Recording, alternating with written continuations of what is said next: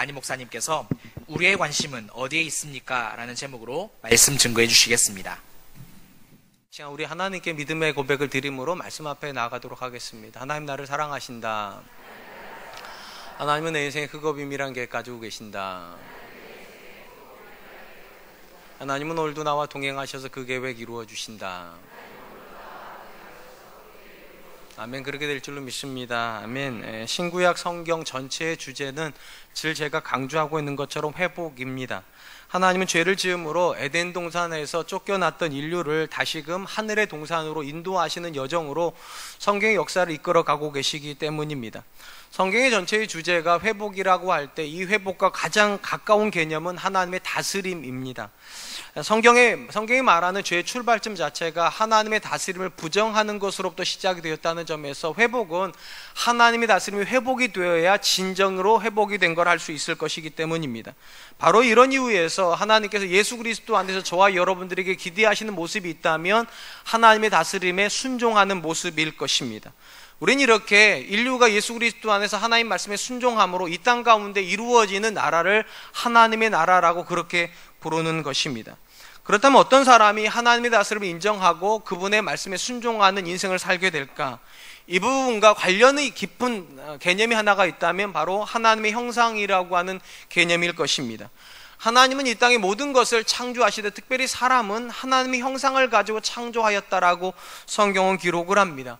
그렇다면 무엇이 하나님의 형상을 의미하는 것일까? 이 부분에 대해서 신학자들이 여러 이야기를 하지만 저는 개인적으로 이 하나님의 형상은 두 가지의 개념을 내포하고 있다고 생각합니다. 첫 번째는 삶의 목적입니다. 하나님은 저와 여러분을 이 땅 가운데 내실 때 어떤 이는 부하게, 어떤 이는 가난하게, 어떤 이는 높은 자리에, 어떤 이는 낮은 자리에, 어떤 이는 행복하고 어떤 이는 스스로 조금 행복하지 않다고 느끼는 자리에다 두셨습니다. 근데 삶의 자리는 다 다를지 몰라도 인생의 목적은 하나입니다. 그 자리에서 하나님을 닮아가는 것입니다. 그것이 하나님의 형상이 가지고 있는 가장 중요한 개념이라고 생각을 합니다. 두 번째로 하나님의 형상이 가지고 있는 개념 중에 하나는 소유권의 확증입니다. 우리가 잘 아는 대로 과거에 특별히 양이나 소나 이런 가축뿐만 아니라 노예의 소유권을 확증을 할 때 어떤 일을 많이 했는가? 인두를 가지고 이니셜을 새겼습니다. K라고 하는 이니셜을 세우면 K라고 시작되는 문장의 이름의 사람의 소유권인 거고요. J면은 J자로 시작된 사람의 소유가 그 사람의 것이라는 것을 나타낼 때 주로 인두로 새겼는데 하나님께서 우리 인생 가운데 그분의 형상을 주심으로 인두와 같이 소유권을 확증하셨다는 겁니다. 사람이 아무리 뛰어나서 내가 모든 것을 할 수 있는 것 같고 심지어 내가 모든 것을 소유하고 있다고 느낄지라도 내가 소유권을 가지고 있는 것이 아니라 내 인생의 모든 소유권은 철저하게 하나님께서 가지고 계신다. 이게 하나님의 형상의 가장 중요한 개념 중에 하나일 것입니다. 만약에 저와 여러분들이 이 하나님의 형상을 하나님께서 우리에게 주신 인생의 목적 또는 하나님께서 우리에게 인생에 보여주신 소유권의 의미로 이해한다면 저와 여러분들이 사는 인생은 딱 하나의 모습밖에 기대할 수 없습니다. 하나님께 순종하는 것입니다. 그분이 주인이시니까 그분을 닮아간 인생을 살아야 되는 걸로 부름받았기 때문에 우리는 그분의 말씀에 순종할 수밖에 없기 때문입니다. 근데 특이한 것은 이 하나님의 형상이 신약 성경으로 오면 약간의 개념의 변화를 경험한다는 것을 깨닫게 된다는 것입니다. 사도 바울이 갈라디아서에 보면 이런 말씀을 하고 있습니다. 갈라디아서 4장 19절 나의 자녀들아 너희 속에 그리스도의 형상을 이루기까지 다시 너희를 위하여 해산하는 수고를 하노니. 구약 성경에는 하나님의 형상이라고 쓰였던 것이 신약 성경에 이제 그리스도의 형상이라는 말로 개념이 약간 바뀐 것 같습니다. 바뀐 게 아니라 정확히 말을 하면 인류가 죄를 범하면서 하나님의 형상이 망가졌습니다. 그리고 이 하나님의 형상이 회복되는 지점이 그리스도의 형상인 것입니다. 우리가 그리스도를 닮아갈 때 비로소 하나님께서 원래 가지고 계셨던 하나님의 형상이 회복이 된다는 것입니다. 특별히 성경에서 우리가 예수 그리스도의 인생 또 예수님의 사역에서 발견하는 가장 큰 특징이 하나가 있다면 예수님의 모든 삶은 순종이랑 직결이 되어 있다는 것입니다. 예수님께서 이 땅에 사람의 몸을 입고 오신 이유도 하나이고 매 순간에 기도하셨던 이유도 같으며 심지어 십자가에 죽으셨던 이유도 딱 하나 이유 때문입니다. 하나님께 순종하기 위해서요. 하나님이 인류를 구원하시기로 작정하셨을 때 예수님은 자신이 사람의 몸을 입고 가는 것이 하나님 뜻이라는 걸 알고 계셨습니다. 그래서 그 말에 순종하여 사람의 몸을 입고 이 땅에 오셨고 매 순간에 예수님의 뜻이 이루어지는 것이 아니라 하나님의 뜻이 이루어지는 것을 하나님이 원하신다고 아셨기에 기도하셨고, 마지막 순간에 힘이 없어서 십자가 달리신 것이 아니라 그 십자가에서 자신이 찢겨야지만 인류의 죄가 회복이 된다는 것, 그리고 그것을 하나님이 원하신다는 걸 알았기에 예수님이 순종하여 십자가에 죽으신 것입니다. 그런 점에서 그리스도의 형상에서 가장 중요한 개념은 순종입니다. 어떤 사람이 그리스도를 닮은 사람인가? 그리스도와 같이 순종하여 하나님의 형상을 회복하고 있는 바로 그 사람들입니다. 구약 성경에서는 아브라함의 순종을 통하여서 이스라엘이라고 하는 민족 공동체를 하나님이 만들어내셨습니다. 신약 성경에는 예수님의 순종을 통하여서 교회라고 하는 영적인 공동체를 만드셨습니다. 사실 이스라엘이나 교회나 본질은 똑같습니다. 순종하라고 만드신 공동체예요. 그런데 이스라엘에 실패했기 때문에 교회를 통하여서 이 땅에 새로운 역사를 만드시는 것이죠. 순종하는 역사입니다. 그리고 누군가가 그리스도를 닮아서 순종하는 삶을 살아갈 때 우리는 그 사람 안에서 그리스도의 형상이 이루어지고 있다라고 그렇게 표현하는 것입니다. 오늘 우리가 살펴보게 될 본문의 말씀은 세상 속에서 하나님의 다스림을 인정하여 순종함으로 그리스도를 닮아가야 되는 저와 여러분들이 관심을 가져야 되는 영역이 무엇인지, 우리의 가장 중요한 관심의 영역이 무엇인지를 보여주는 말씀이라 생각이 됩니다. 지난 시간에 예수님이 비유를 하나를 드셨습니다. 포도원 품꾼 비유를 드셨고, 그 포도원에 대한 비유를 드시면서 종교 지도자들의 실패에 대해서 그들이 결국은 예수님을 죽이게 될 것이라고 하는 그것에 대한 예표적인 그림을 주셨습니다. 그리고 그 비유가 끝날 때쯤 되었을 때 종교 지도자들이 예수님을 향해서 분노하였습니다. 그리고 이때로부터 이제 그들은 예수님을 죽이기로 작정을 하였고요. 오늘 본문은 그 죽이는 계획의 첫 번째 계획이 무엇인지를 보여줍니다. 13절 말씀입니다. 그들이 예수의 말씀을 책잡으려 하여 바리새인과 헤롯 땅 중에서 사람을 보내매, 여기 나오는 책 잡는다는 단어의 문자적인 뜻은 덫을 놓는다는 것입니다. 사냥꾼이 들짐승을 잡으려고 보이지 않는 곳에 덫을 놓고 그리로 모는 것처럼 예수님을 자기들이 놓은 덫에다 걸리게 하려고 바리새인들과 헤롯 당원들이 일부의 사람들을 보냈다는 것입니다. 그런데 이런 행동이 굉장히 특이하고 놀라운 것은 본래 성경 안에서 절대로 함께 있지 않는 두 존재가 바리새인과 헤롯 당원들이기 때문입니다. 이들은 물과 기름처럼 절대로 섞이지 않습니다. 그도 그럴 것이 이 바리새인이라고 하는 말의 문자적인 뜻이 분리되었다. 그들은 분리주의자들이었습니다. 세상의 권력을 타락한 권력이라 생각하게 했기 때문에 철저하게 세상의 권력과 자기를 분리하여서 거룩을 추구하는 존재들이었습니다. 그러니까 바리새인들의 가장 큰 관심은 종교적 거룩입니다. 상대적으로 헤롯 당원들은 로마로부터 권력을 위임받아가지고 대리 통치를 하는 자들입니다. 당연히 이들에게 있어서 가장 중요한 것은 거룩이 아니라 세속의 권력이었습니다. 그리고 권력 앞에 거룩이 거치장스러워지면 거룩을 제거해버립니다. 그 대표적인 것이 헤롯이 세례 요한을 죽인 사건입니다. 이러보건대 거룩을 추구하고 있는, 그래서 세상의 권력을 부정하다고 치부하고 있는 바리새인들이 세상의 권력을 추구하고 있는 헤롯 당원들과 함께 간다는 거 있을 수 없는 일이에요. 그런데 이들이 딱 하나의 목적 때문에 둘이 같이 갑니다. 예수님을 제거하려고 하는 일. 제가 여기서 먼저 주목하려고 하는 것은 이 바리새인들이 보여주고 있고 그들이 추구하고 있다고 하는 거룩의 정체가 무엇이냐는 것입니다. 사실 그 당시 사람들 눈에는 바리새인보다 거룩한 사람은 없습니다. 그들은 일주일에 이틀씩 음식을 했습니다. 하루에 3번씩 정해진 시간에 항상 기도하는 사람들이었고 11조를 드리는 사람들이었으며 긴 옷을 입고 시장을 다니면서 자기들의 거룩을 드러내는 그런 인물들입니다. 근데 놀라운 것은 이 본문에서 그들이 보여주는 거룩은 굉장히 허망합니다. 특정한 목적을 이루기 위해서는 자기들의 거룩을 쉽게 포기하기 때문이에요. 적어도 바리새인들의 관점에서 헤롯 당원들은 타락한 사람들입니다. 절대로 가까이 하면 안 되는 사람들인데 이 거룩한 사람들이 그들을 가까이 하는 이유는 딱 하나입니다. 그들이 원하는 목적을 이루기 위해서. 쉽게 말씀드리면 바리새인들에게 있어서 거룩은 목적이 아니라 수단인 겁니다. 자기들이 원하는 것을 이루기 위해서 거룩 따위는 잠시 뒤로 미룰 수 있다. 사실 이런 바리새인들의 모습은 그렇게 낯설지가 않아요. 매 순간에 제 안에서 발견하는 모습이 그런 모습이고 우리 가족 또 심지어 성도님들 그리고 교회 안에서 우리가 너무 쉽게 발견하는 것이 바로 이런 바리새인들의 모습이기 때문입니다. 저를 포함해서 우리 대부분은 내가 원하는 목적 앞에서 잠시 망설이긴 합니다. 거룩함 때문에. 그러다가도 이내 거룩을 뒤로 잠시 미루고 내가 원하는 걸 부여잡습니다. 그렇게 해서 우리는 자녀들에게 좋은 대학을 보내기 위해서 잠시 고등부를 뒤로 미룹니다.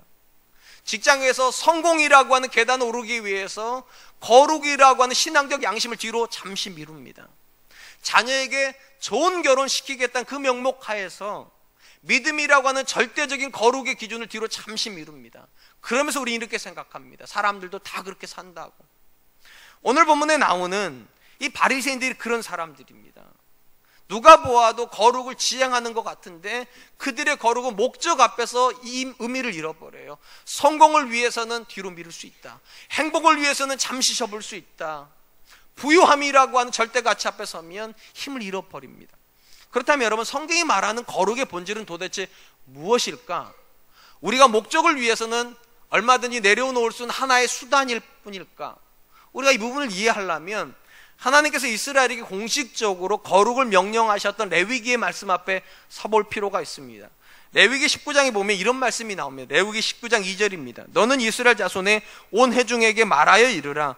너희는 거룩하라. 이는 나 여호와 너희 하나님이 거룩함이니라. 하나님이 이스라엘에게 거룩을 명령하시는데요, 이 거룩의 명령에서 주목할 부분은 이겁니다. 나 여호와가 거룩하니. 이게 무슨 말인가 하면 하나님의 여러 가지 속성 중에 하나가 거룩이 아니라 하나님 자체가 거룩이라는 겁니다. 그러니까 하나님께서 여러 가지를 가지고 있는데 그 중에 일부가 거룩이 아니라 하나님의 본질 자체가 거룩이고 내 본질이 거룩한 것처럼 너희의 본질이 거룩이 되라. 이 말은 거룩은 수단이 아니라 목적이라는 겁니다. 우리는 거룩하기 위해서 부름받은 사람이지 거룩을 통해서 무언가를 이루려고 부름받은 사람들이 아니라는 것이죠.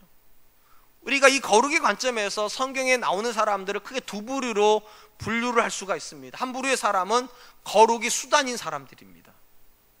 이 거룩을 통해서 뭔가를 이루고 싶은 거예요. 내가 열심히 거룩한 삶을 살면 하나님께서 나에게 복을 주시겠지. 내가 거룩하면 내 자녀에게 복을 주시겠지. 내가 거룩하면 우리 집이 잘 되겠지. 우리나라가 잘 되겠지. 거룩이 수단인 사람이에요. 우리가 지난 시간에 살펴보았던 사울이 그런 사람이고 솔로몬이 그런 사람입니다. 복을 받아야 하겠기에 거룩한 척합니다. 그러다가 복을 받으면 목적이 달성됐기 때문에 거룩을 헌시짝처럼 버려버립니다. 전혀 다른 부류의 사람이 있습니다. 거룩 자체가 목적인 사람이에요. 가장 대표적인 사람이 다윗입니다. 우리가 잘 아는 것 같으면 다윗은 이스라엘의 2대 왕으로 기름 부음 받았습니다. 그런데 그가 왕이 되는 여정은 쉽지가 않아요. 왜냐하면 1대 왕이었던 사울이 계속 죽이려고 해요. 우리가 잘 아는 것처럼 다윗에게도 사울을 죽일 수 있는 기회가 2번이나 있었습니다. 그런데 2번 다 다윗이 거절을 하죠. 그리고 그의 부하들에게 이렇게 이야기를 합니다. 사무엘상 24장 6절, 자기 사람들에게 이르되 내가 손을 들어 여호와의 기름 부음을 받은 내 주를 치는 것은 여호와께서 금하신 것이니 그는 여호와의 기름 부음을 받은 자가 됨이니라 하고, 다윗이 사울을 죽이기를 포기하는 이유는 왕이 안 되려고 하기 때문이 아닙니다. 왕이 돼야 되겠지만 그에게 있어서 왕이 되는 것보다 더 중요한 가치가 있다는 겁니다. 거룩한 사람 되는 거예요. 거룩한 사람이 왕의 자리에 올라가야 되는 것이지, 왕이 되고 싶다고 자기 마음대로 칼을 뽑아가지고 하나님이 기름 부은 사람을 죽이고 자기가 그 자리에 올라가는 거, 이건 하는 뜻 아니라는 거예요. 거룩이 목적이다. 왕이 되는 건 수단일 뿐이다. 거룩한 사람이 되기 위해서 왕이 돼야 된다면 왕이 되겠다는 것이지, 왕이 되기 위해서 거룩을 버리지는 않겠다는 것입니다. 사랑하는 성도 여러분, 저와 여러분들에게 거룩은 어떤 의미를 가지고 있습니까? 이렇게 매 주일마다 예배를 드리고 기도를 하고 말씀을 배우는 이유가 무엇입니까? 혹시 그래야지만 하나님께서 나를 거룩하게 여기시고 그래야지만 그런 나에게 복을 주실 것이기 때문입니까? 그럼 거룩은 수단입니다. 그리고 오늘날의 대부분의 교회들이 타락하는 가장 큰 이유는 거룩을 수단화시키기 때문입니다. 복 받으려고, 잘 되려고, 행복하려고, 거룩하려고 합니다. 그러다가 문제가 벌어질 때 언젠가 다행히 그렇게 성공을 하면, 다행히 그렇게 행복해지면 거룩이 사라져 버린다는 거예요. 그러니까 한국교회는 부유해지면 부유해질수록 타락하는 겁니다. 거룩이 목적이 아니니까. 분명히 과거에 50년대, 60년대, 70년대 한국교회는 가난했어요. 근데 그때는 굉장히 뜨거웠어요. 왜 그랬을까요? 부유하지 않았으니까요. 근데 지금 우리는 부유한 시대를 삽니다. 그런데 타락해. 왜 그런가? 부유함이 목적이지 거룩이 목적은 아니니까. 그러나 반드시 기억하십시오. 하나님이 저와 여러분들에게 기대하시는 것은 부유해지는 것도 아니고 행복해지는 것도 아니고 성공하는 것도 아닙니다. 거룩한 것입니다. 거룩이 목적이에요. 하나님께서 거룩한 것처럼, 그분 자체가 거룩인 것처럼 저와 여러분들이 거룩해지는 것이고, 이 거룩을 내 인생의 목적으로 삼기 때문에 하나님 앞에서 내가 행복해지기를 원하면 기도하세요. 하나님, 내가 거룩한 사람 되기 위해서 행복하고 싶습니다. 내가 거룩한 사람 되기 위해서 내 자녀가 잘 되는 모습을 보고 싶습니다. 내가 거룩한 사람 되기 위해서 건강하고 싶습니다. 그 기도는 합당할 겁니다. 그런데 하나님, 내가 거룩할 때니까 내 자녀를 행복하게 해주세요. 그건 조건일 뿐이에요. 이 본문에 바리새인들이 보여주는 가장 불쌍한 모습이 무엇인가? 그들은 거룩을 추구하는 사람처럼 보입니다. 그런데 그들의 거룩은 힘이 없습니다. 목적 앞에서 의미를 상실해 버리니까. 저는 우리 사랑과 은혜교회가 추구하는 거룩은 힘이 있었으면 좋겠습니다. 거룩 자체가 목적일 때요. 나는 성공하기 위해서 땅을 사는 것도 아니고 행복하기 위해서 사는 것도 아니라 하나님과 동행하고 싶어서, 거룩하신 하나님과 동행하기 위해서 나는 거룩하다. 우리 사랑과 은혜교회가 그걸 지향하는 교회가 되었으면 좋겠습니다. 한편 마가는 예수님을 잡으려고 물과 기름처럼 섞일 수 없었던 바리새인과 헤롯 당원들이 같이 왔다고 했습니다. 그리고 그들이 질문을 하나 하는데, 가이사에게 세금을 바치는 것이 옳은가 옳지 않은가? 이 본문에 나오는 세금의 문제는 AD 6년부터 이스라엘이 로마에 바치기 시작했던 인두세를 가리킨다고 되어 있습니다. 이 인두세를 로마가 얼마로 규정해 놨는가? 한 데나리온이요. 그러니까 모든 사람마다 1년에 한 데나리온을 내게 했는데, 이 한 데나리온이 어느 정도 되는가? 노동자의 하루 품삯이에요. 그러니까 요즘으로 말을 하면 한 10만 원을 번다 치면 하루에 평균, 그럼 10만 원이 그 사람의 세금이 되는 것입니다. 이걸 내게 했는데 여기엔 딜레마가 하나가 있었습니다. 로마로부터 권력을 위임받아서 이스라엘 다스리고 있는 헤롯과 그의 지지하는 지파 사람들은 당연히 인두세를 내는 걸 찬성을 하죠. 그래야지 권력이 유지가 될 거니까. 상대적으로 바리새인들은 세상의 권력을 타락했다고 말한다고 그랬지 않습니까? 타락한 권력에다가 인두세를 내는 건 이건 우상 숭배에 해당된다고 생각해서 세금 내는 걸 반대했습니다. 그러니까 이 질문 자체가 굉장한 딜레마를 불러일으키는 겁니다. 세금을 내라고 말을 하면 헤롯 당원들은 기뻐하겠지만 바리새인들은 분노할 겁니다. 세금을 내지 말라고 하면 바리새인들은 기뻐하겠지만 헤롯 당원들은 분노할 거예요. 어느 쪽으로 가든지 간에 한쪽으로부터 미움을 받게 되어 있습니다. 그러니까 질문을 하는 거예요. 헤롯도 바리새인들도 목적은 하나니까 예수님을 쓰러뜨리는 거. 가이사에게 세금을 바치는 게 가합니까? 불가합니까? 이 본문에 보면 예수님께서 그들에게 답을 주시기 전에 먼저 저들의 마음속에 있는 저의, 그 질문을 하는 깊은 뜻이 무엇인지를 이미 알고 있다라고 말씀하고 계십니다. 오늘 본 말씀 15절입니다. 우리가 바치리이까 말리까 한데 예수께서 그 외식함을 아시고 이르시되 어찌하여 나를 시험하느냐? 데나리온 하나를 가져다가 내게 보이라 하시니. 예수님에게 가이사에게 세금을 바치냐 마느냐 이 질문을 할 때 그들은 굉장히 자신들을 거룩하게 포장했습니다. 예수님께서 사람의 겉모습으로 보지 않고 진리로 파악하신다고. 그러니까 자기들도 주님처럼 거룩한 삶을 살고 싶은데 이 세금의 문제를 어떻게 하는 것이 거룩한 삶을 사는데 도움이 되겠습니까? 마치 그렇게 물어본다는 거죠. 근데 놀라운 것은 예수님은 그들의 겉 포장을 보고 계시지 않고 그들의 속마음을 보시고 이렇게 말씀하시죠. 너희가 외식한다고, 나를 시험한다고. 거룩을 위해서 질문하는 것이 아니라 나를 시험하려고 질문하고 있는 거라고. 분명한 것은 성경이 말하는 거룩의 본질은 사람과 관련되어 있지 않다는 겁니다. 성경의 거룩은 철저하게 하나님과 관련이 있습니다. 쉽게 말하면 내가 거룩한 사람인지 거룩하지 않은 사람인지 사람이 판단하는 게 아니라는 겁니다. 오직 하나님이 판단하세요. 이게 참 어렵습니다. 만약에 거룩을 사람이 판단한다면 이거는 그렇게 어려운 문제는 아닐 거예요. 우린 일반적으로 누군가가 좀 고상한 말을 하고요, 기도하는 모습을 보이고, 그리고 성경에 대해서 약간의 조예가 있는 듯 싶으면 우리는 그 사람을 거룩한 사람으로 그렇게 생각을 해요. 물론 이게 쉬운 것은 아니에요. 왜냐하면 우리 대부분의 사람들은요, 사람들에게도 인정받지 못하는 거룩을 가지고 있거든요. 다른 사람, 교회 다니지 않는 사람보다 험한 말하는 사람도 교회에 있습니다. 교회 바깥에 있는 사람들보다 더 상스러운 인상을 가지고 있는 분들도 교회 안에 굉장히 많습니다. 자녀에게 존경받지 못하는 부모들도 교회 안에 굉장히 많아요. 그런 점에서 사람에게 인정받는 거룩이 의미 없다고 말하기는 어려울 겁니다. 그러나 사람들에게 인정을 받고 있다고 해서 하나님이 그 사람을 거룩하다고 판단하실 거라고는 생각하지 마세요. 거룩은 철저하게 하나님과의 문제입니다. 하나님이 거룩하다고 말씀하시지 않는 한 저와 여러분은 거룩할 수 없습니다. 이 본문에 바리새인들, 예수님이 올 때 긴 옷 입고 왔을 겁니다. 굉장히 거룩한 척 하셨을 겁니다.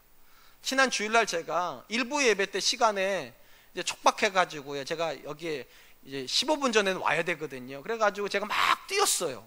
뛰었더니 한 집사님이 저를 보더니만, 목사님 성경책 이렇게 끼시고 천천히 걸으셔야죠. 그래서 내가 거룩하지 않았나 보다. 아마 바리새인들은 예수님에게 갈 때 분명히 굉장히 거룩한 척 했을 겁니다. 긴 옷을 입고 굉장히 낮은 음성으로 말했을 겁니다. 당신은 사람을 외모로 보시는 것이 아니라 진리로 판단하시는 분이신데 우리가 세금을 드리는 것이 옳습니까? 옳지 않습니까? 굉장히 거룩해 보여요. 근데 예수님은 사람의 외모를 보지 않으시죠. 저희를 보시고 말씀하세요. 외식한다고. 성경에서 가장 무서운 말씀 중에 한 말씀이 바로 이런 말씀입니다. 사무엘상 16장 7절, 여호와께서 사무엘에게 이르시되 그의 용모와 키를 보지 말라. 내가 이미 그를 버렸노라. 내가 보는 것은 사람과 같지 아니하니 사람은 외모를 보거니와 나 여호와는 중심을 보느니라 하시더라. 사람에게 거룩하려면 외모에 치장하면 됩니다. 경건한 말을 하고 좋은 표정을 짓고 근사한 태도를 취하면 사람들은 나를 거룩하다고 할 겁니다. 그런데 하나님은 그 포장들을 다 찢어내시고 왜 그런 말을 하는지 내 중심을 보실 겁니다. 왜 그런 태도를 취했는지 내 마음의 생각을 낱낱이 들여다보실 겁니다. 그리고 말씀하세요. 내가 너를 버렸다고. 성경이 말하는 거룩은 참 어렵습니다. 그랬어요. 그리고 본질적으로 성경이 말하는 거룩의 출발점은 두려움입니다. 하나님을 속일 수 없다고. 내가 하는 이 말에 저희를 하나님께 숨길 수 없다고. 이 두려움이 들어와야지만 거룩해집니다. 제가 최근에 가장 가슴을 아프게 읽었던 기사 중에 하나는 윌로우크릭 교회와 관련된 기사입니다. 아시는지 모르겠지만 한국 교회에 가장 큰 영향을 끼친 미국 교회 중에 하나가 윌로우크릭 교회입니다. 열린 예배라는 걸 우리나라에 소개한 교회가 바로 이 교회고요. 이 교회를 창립하신 목사가 빌 하이벨스 목사라는 분이십니다. 굉장히 전 세계적으로 존경받는 목사님입니다. 이분이 갑자기 6개월 전에, 그러니까 퇴임을 6개월을 남겨두고 갑자기 불현듯 사임을 했습니다. 이 기사가 사실이 아니길 정말로 원하지만 이분의 사임의 가장 중요한 원인이 됐던 이유가 14년간의 부적절한 관계 때문이라고 보고되었습니다. 안 놀라시네요? 그렇게 존경받는 목사님이시고 한국교회에 지대한 영향을 끼쳤던 목사인데 14년 동안 부적절한 관계를 계속 유지하고 있다. 제가 정말 놀란 것은 이분이 쓴 책 제목 때문입니다. 이분이 어떤 책을 쓰셨는가? 아무도 보는 이가 없을 때 당신은 누구인가? 이게 이분이 쓴 책이에요. 이 책의 핵심 메시지는 이겁니다. 사람들 앞에 있는 내가 아니라 사람들이 없는 곳에 나 혼자 있을 때 내가 나라는 거예요. 아무도 모르는 나가 나지 그들이 아는 나가 나는 아니라고. 이 책을 썼는데 이분이 놀랍게도 아무도 보고 있지 않는 곳에서 14년간 부적절한 관계를 맺고 있습니다. 아니기를 바라지만 여러분, 근사한 말이 거룩은 아니에요. 아무도 보고 있지 않는 당신이 너무 저도 이런 말 한번 써보고 싶어요. 말이 아무리 화려하면 뭐합니까? 아무도 보고 있지 않는 곳에서 불륜을 저지르고 있으면 그건 거룩 아니에요. 다른 사람에게 근사한 행동을 해요. 나이스예요. 근데 집에 가서 아내를 두드려 패고 있으면, 죄송해요 이렇게 말해서, 그게 무슨 의미가 있어요? 남의 자식한테는 엄청 잘해요. 그리고 내 자식한테는 가혹하게 대해요. 그게 무슨 의미가 있어요 도대체요? 여러분, 거룩은 두려움이에요. 다른 사람이 다 못 보고 있어도 하나님이 보고 계시다고. 다른 사람이 알지 못하는 걸 하나님은 하신다고.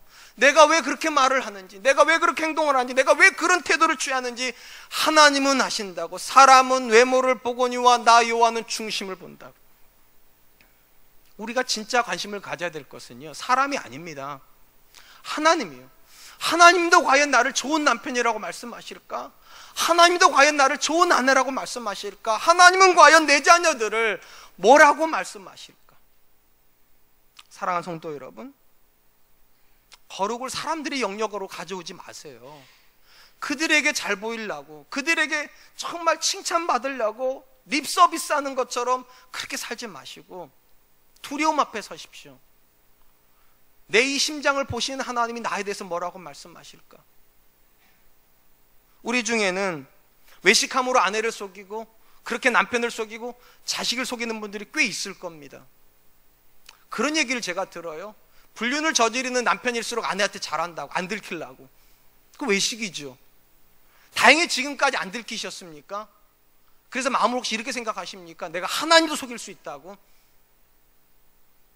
두려워하십시오. 언젠가 밝은 대낮에 우리의 부정을 하나님 보실 날이 있을 겁니다. 그게 거룩이에요. 다른 사람은 속일 수는 있어도 하나님은 속일 수 없다고. 저는 우리 사랑과 은혜교회가 이 두려움 앞에 설 수 있었으면 좋겠습니다. 사람을 기쁘게 하려고 우리가 신앙생활 하는 거 아니죠. 사람에게 인정받으려고 직분받는 거 아니죠. 철저하게 하나님이에요. 거룩은 거기서 출발하는 겁니다. 하나님은 무엇이라고 말씀하실까? 우리 사랑과 은혜교회가 관심 갖는 게 이 질문이었으면 좋겠어요. 하나님은 뭐라고 하실까? 나에 대해서, 내 가정에 대해서, 내 자녀에 대해서, 오늘 내가 한 말에 대해서 과연 하나님은 뭐라고 하실까? 두려움이요. 마지막, 세금의 질문에 대해서 예수님께서 답변을 주시면서 그들에게 데나리온 하나를 달라고 하셨습니다. 그리고 그들이 데나리온을 꺼내주자 예수님께 그들에게 이렇게 답을 하십니다. 16절로 17절, 가져왔거늘 예수께서 이르시되 이 형상과 이 글이 누구의 것이냐? 이르되 가이사의 것이니이다. 이에 예수께서 이르시되 가이사의 것은 가이사에게, 하나님의 것은 하나님께 바치라 하시니 그들이 예수께 대하여 매우 놀랍게 여기더라. 예수님께서 질문하는 그들에게 데나리온을 달라고 하는데, 이 데나리온은요, 로마가 만들어가지고 공식적으로 통용시킨 로마 화폐입니다. 그러니까 이 데나리온 안에는 누구의 그림이 그려져 있겠습니까? 로마 황제의 그림이 그려져 있고, 누구의 그림이 써 있겠습니까? 로마 글이 써져 있겠죠. 그러니까 물어보시는 거, 이 형상과 이 글이 누구 거냐고.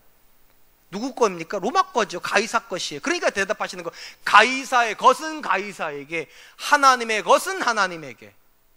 무슨 의미인지 아시는지 모르겠습니다. 특별히 이 본문을 우리가 이해를 하려면 가이사의 나라와 하나님 나라의 상관관계, 쉽게 말하면 세상과 교회의 상관관계를 좀 이해할 필요가 있습니다. 성경에도 세상의 권력에 대해서 말해주는 부분이 나와요. 제가 이제 두 구절을 연속으로 읽어드릴 테니까 잘 들어보십시오. 로마서 13장 1절, 각 사람은 위에 있는 권세들에게 복종하라. 권세는 하나님으로부터 나지 않음이 없나니 모든 권세는 다 하나님께서 정하신 바라. 베드로전서 2장 13절 14절, 인간의 모든 제도를 주를 위하여 순종하되 혹은 위에 있는 왕이나 혹은 그가 악행하는 자를 벌하고 선행하는 자를 포상하기 위하여 보낸 총독에게 하라. 여러분, 바울의 생각이나 베드로의 생각이나 하나의 공통점을 가지고 있습니다. 모든 권세는 하나님이 내신다는 겁니다. 여러분, 이 말을 오해하면 안 됩니다. 그래서 모든 권세가 선하다는 뜻은 아니에요. 한 가지를 또 얘기를 하죠. 하나님께서 그 권세를 주실 때 목적이 있다는 거, 선한 일을 위해서 주신다는 겁니다. 그러니까 만약에 우리의 권력, 세상에 있는 권력이 선한 일을 하고 있는 동안이라면 세금을 바쳐야 되는 겁니다. 근데 그들이 선한 일을 아니라 악한 일을 하고 있으면 어떻게 해야 됩니까? 저항해야 되는 겁니다. 여러분, 세상의 권력에 대해서 순종하라고 가르쳤던 바울과 베드로가 여러분 순교에 당했다는 거 아십니까? 그게 그들이 했던 저항입니다. 그리스도를 포기하게 만드는 권력에 대해서는 저항을 한 겁니다. 그리스도의 말씀대로 살지 못하게 하는 권력 앞에서는 순종할 수 없다는 거예요. 그러니까 분명한 건 이겁니다. 가이사의 것을 가이사에게 바쳐야 될 때가 있습니다. 언제 바쳐야 됩니까? 그들이 선한 일을 하고 있을 때요. 이 본문은 너무 분명해요. 지금 저들이 동전을 하나 꺼냈는데 데나리온을 꺼냈어요. 앞에서 제가 말씀드린 이 데나리온 누가 만들었다고요? 로마가 만들었다고요. 소유권이 누구에게 있습니까? 로마에게 있습니다. 그러니까 로마가 만든 것은 로마에게 줘라. 무슨 말인지 아시겠습니까? 그 다음 질문이 진짜 중요해요. 하나님의 것은 그럼 뭡니까 그러면? 그 현장에서요. 지금 분명한 것은 데나리오는 가이사가 만들었다니까요. 그러니까 만든 이한테 주라는 거예요. 근데 하나님의 것이 그 다음 문제죠. 하나님의 것은 하나님께. 그럼 그 현장에서 하나님의 것은 무엇입니까? 그 데나리온을 들고 있는 그 존재요. 하나님의 형상으로 만들었다면서요. 신앙을 가지고 있는데 늘 잊어버리는 게 그거라는 거예요. 내가 하나님의 소유란 사실을 잊어버린다는 거예요. 이걸 잊어버리고 매일같이 하는 질문이 무엇인가? 나를 하나님께 드리는 걸 잊어버리고 내 자녀를 어떻게 하면 성공시킬까? 어느 직장 들어갈까? 뭘 먹을까? 뭘 하면 성공할 수 있을까? 맨날 가이사와 관련된 것만 고민하고 있다는 거죠. 예수님께서 이 본문에서 가장 중요하게 생각하는 건 가이사의 것이 아니에요. 사실은요, 하나님의 것이에요. 우리가 정말로 하나님 앞에서 가져야 될 메시지가 무엇일까? 내 자녀를 어느 대학교 보내는 게 하나님 관심일 것 같습니까? 우리가 어느 집에 사는 거, 무슨 차를 끌고 다니는 거, 뭐를 입고 뭐를 쓰고 있는, 그게 하나님 관심일 것 같습니까? 그건 다 가이사의 것입니다. 진짜는 이거예요. 내 인생의 주인이 하나님이시란 이 고백이요. 이 고백 앞에 서야지만 거룩해질 수 있어요. 결국은 나를 판단하실 분이 세상에 있는 그들의 권력자가 아니라 하나님이라고 하는 이 절대적인 명제 앞에 서야지만 우리는 거룩해져요. 여러분, 창세기 1장에서 가장 강조했던 것이 무엇입니까? 하나님이 하나님의 형상으로 저와 여러분을 창조했다는 거죠. 소유권이 하나님께 있다고. 우리가 관심 가져야 될 것은 무엇입니까? 가이사의 것이 아니라는 겁니다. 얼마를 세금을 낼 것인가? 무슨 직업을 가질 것인가? 그게 중요한 게 아니라, 그게 안 중요하다는 말은 아니에요. 그게 본질은 아니에요. 하나님의 것이 하나님께 드려지고 있는가? 내 인생이 하나님께 드려지고 있고, 내 자녀 인생이 하나님께 드려지고 있고, 우리 가정과 우리 교회가 하나님께 드려지고 있는가? 그게 거룩이에요.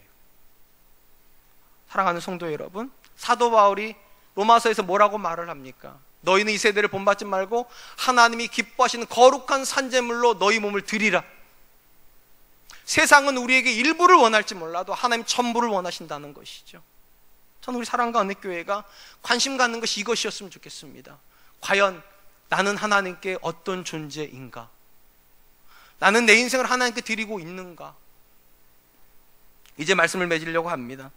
정확하게 6년 전에 우리 사랑과 은혜교회가 이 땅에 태어났습니다. 2012년 4월 20일에 우리가 창립 예배를 드렸기 때문입니다. 그때 우리가 했던 가장 큰 외침이 뭐였는 줄 아십니까? 또 하나의 교회가 되지 말자였습니다. 또 하나의 교회가 되지 말고 하나님의 마음속에 있었던 바로 그 교회가 되자. 어떤 교회가 하나님 마음속에 있었던 교회입니까? 거룩한 교회요. 나 여호와가 거룩하니 너희도 거룩하라. 그게 교회의 본질이에요. 그리고 이 거룩의 관점에서 우리가 관심 가져야 될 것은 딱 세 가지입니다. 첫 번째, 거룩은 수단이 아니라 목적이 돼야 된다고. 성공하지 못해도 괜찮아요. 행복하지 못해도 돼요. 부유하지 못해도 돼요. 그런데 거룩해야 돼요. 두 번째, 하나님께서 저와 여러분들에게 관심 가지라고 말씀하시는 거룩은 사람을 의식함이 아니라 하나님을 의식함이어야 된다는 겁니다. 사람은 외모를 보거니와 나 여호와는 중심을 보신다. 오늘도 하나님께서 내 중심을 보실 때, 오늘도 내 마음을 보실 때 하나님 나한테 뭐라고 말씀하실까? 세 번째, 하나님이 요구하시는 거룩은 부분이 아니라 전부입니다. 어느 정도가 아니라 내 전부요. 그럴 때 저는 우리 사랑과 은혜교회가 하나님 앞에 의미가 있는 교회라고 생각을 합니다. 이제 6년밖에 안 됐습니다. 우린 그렇게 10년을, 20년을, 그렇게 50년을, 어쩌면 이 땅의 역사가 지속되는 모든 날 동안 사랑과 은혜교회가 이 땅에 있을지도 모르겠습니다. 어떤 교회로 있기를 원하십니까? 부유한 교회는 아닙니다. 성공한 교회도 아닙니다. 시설이 좋은 교회도 아닙니다. 제가 원하고 우리 교회가 원하는 교회는 딱 하나였으면 좋겠습니다. 거룩한 교회 되게 해주십시오. 하나님을 기쁘시게 하는 거룩한 교회 되게 해주십시오. 이번 한 주간 이 제목으로 교회를 위해서 기도해 주셨으면 감사하겠습니다. 이 시간 우리 하나님께 찬양할 텐데요, 우리가 창립하면서부터 가장 많이 불렀던 찬양이 우리를 사용하소서란 찬양입니다. 하나님 쓰시는 교회는 딱 하나의 교회밖에 못 쓰십니다. 거룩한 교회예요. 하나님 나를 써주십시오. 우리 가정을 써주십시오. 그렇게 우리 교회를 써주십시오. 우리 같이 한 번만 찬양하겠습니다.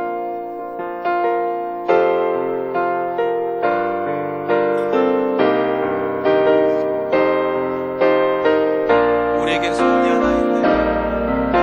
우리에겐 소원이 하나 있네. 주님 다시 오신 주님 다시 오신 그날까지 우리 가슴에 새긴 주의 십자가 사랑 나의 교회를 사랑해 하네. 주의 교회를 향한 우리 마음 희생과 포기와 가난과 고난 하물며 죽음조차 우릴 막을 수 없네. 우리 교회는 이 땅에 교회를 교회 되게 예배 되게 우릴 사용하소서. 진정한 부흥의 날 오늘 임하도록 우릴 사용하소서. 성령 안에 예배하리라. 성령 안에 예배하리라. 자유의 마음으로 사랑으로 사역하리라. 교회는 생명이니 교회를 교회 되게 예배 되게 우릴 사용하소서. 진정한 부흥의 날 오늘 임하도록 우릴 사용하소서.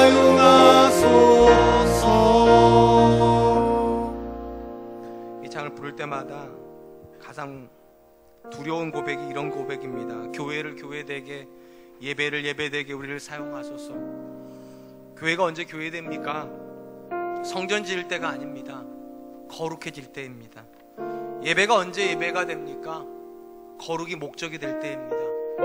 하나님 앞에 기도했으면 좋겠습니다. 하나님, 지난 6년 동안 우리 교회와 동행해 주시니 감사하고 앞으로 우리가 걸어가는 모든 걸음 동안 오직 하나님을 기쁘시게 하는 그 교회 되게 해주시고, 이를 위해서 거룩이 목적인 교회, 거룩이 하나님을 향하여서 드려지는 교회, 전부가 드려지는 그런 교회 되게 하여 주시옵소서. 그리고 나를 그렇게 사용하여 주시옵소서. 우리 같이 한 번만 기도하도록 하겠습니다. 기도하겠습니다.